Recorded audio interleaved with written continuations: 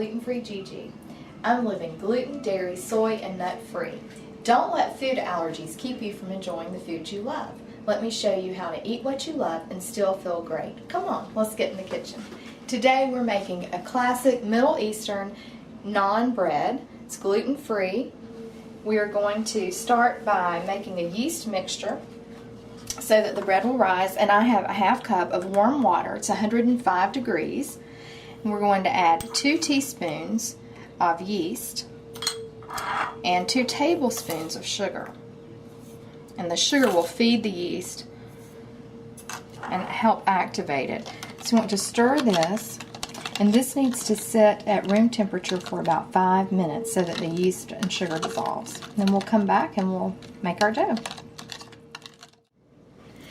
Our yeast mixture has been sitting for 5 minutes, and we need to mix our dough now. We'll start with a flour blend, and I'm going to place that in a large bowl. We have got a flour blend. Is 2 cups of white rice flour, 2/3 cup of potato starch, and 1/3 cup of pure tapioca flour. I've whisked those together in advance, and you'll end up with 3 cups of flour. I'm using 2 1/4 cups in the naan bread. You reserve what's left over, and you'll use it later in the recipe.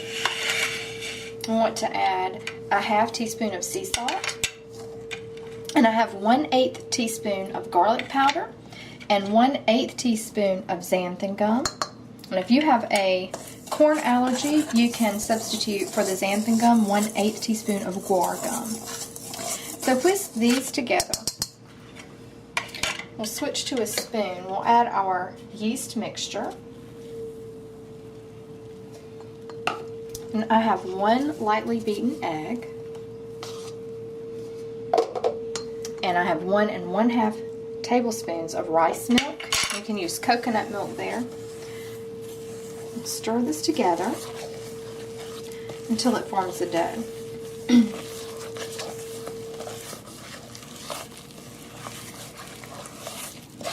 When the dough is completely mixed, we'll divide it into 4 separate sections, and then we'll form those into flat rounds. And this should pull away from the sides of the bowl, so that's perfect. You want to make sure you get everything completely combined. And that's exactly how you want your dough to look. It should come together really nice, and it shouldn't stick to your bowl. So now we'll divide this into 4 sections and shape our rounds. So we've mixed our dough. I divided it into 4 portions. Here's one. I've already flattened 3 of the naan rounds. So here's the 4th one.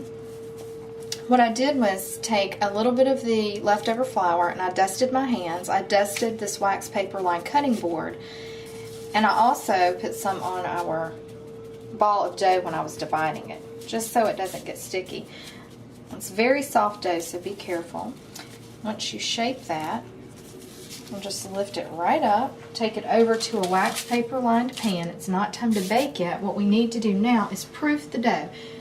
And that just means we're going to let it sit and let the yeast do its magic and let these rise slightly. You won't get a lot of rising, but just a little bit. So we'll cover these with a clean kitchen towel, and we'll set a timer for about 20 to 30 minutes, and we'll come back and have a look. It's been 25 minutes, and we've proofed our naan bread rounds. So we'll uncover these. They look great. You're not looking for a dramatic rise in the dough here, but if you can look, you see how soft and light these are. So they're very delicate, so be careful when you pick them up. Now I have preheated my oven to 275 degrees, very low heat, and I have a pan that's lined with foil ready and a spatula.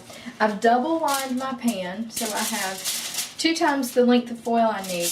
We'll be covering these and baking them shortly in just a little while, and I'll tell you more about that. Let's get these in the skillet to fry up. I have a hot pan with olive oil in it. I'm on medium-high heat here.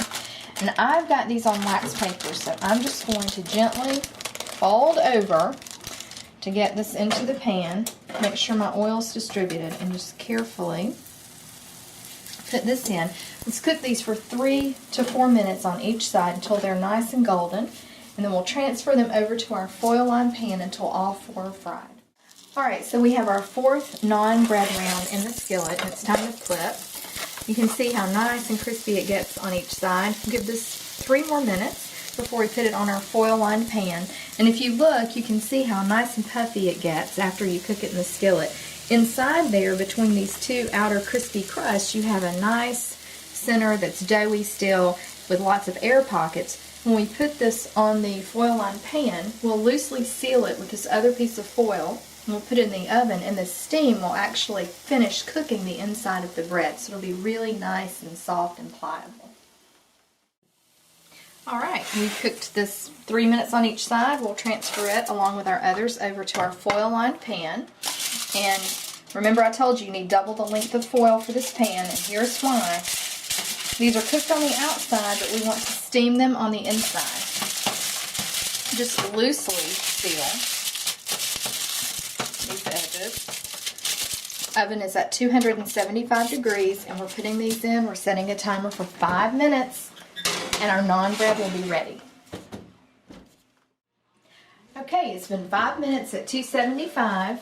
Our naan bread should be steamed. It smells wonderful. So carefully take these out. They look fabulous. They'll be nice and cooked inside. And you see how tender these are? It's great.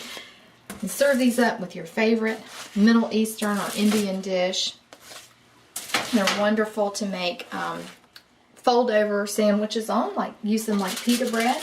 They're a little different flavor, but they're great. If you would like to see more recipe videos like this one, visit glutenfreegg.com and sign up for my free e-letter and become a part of my growing gluten-free family today.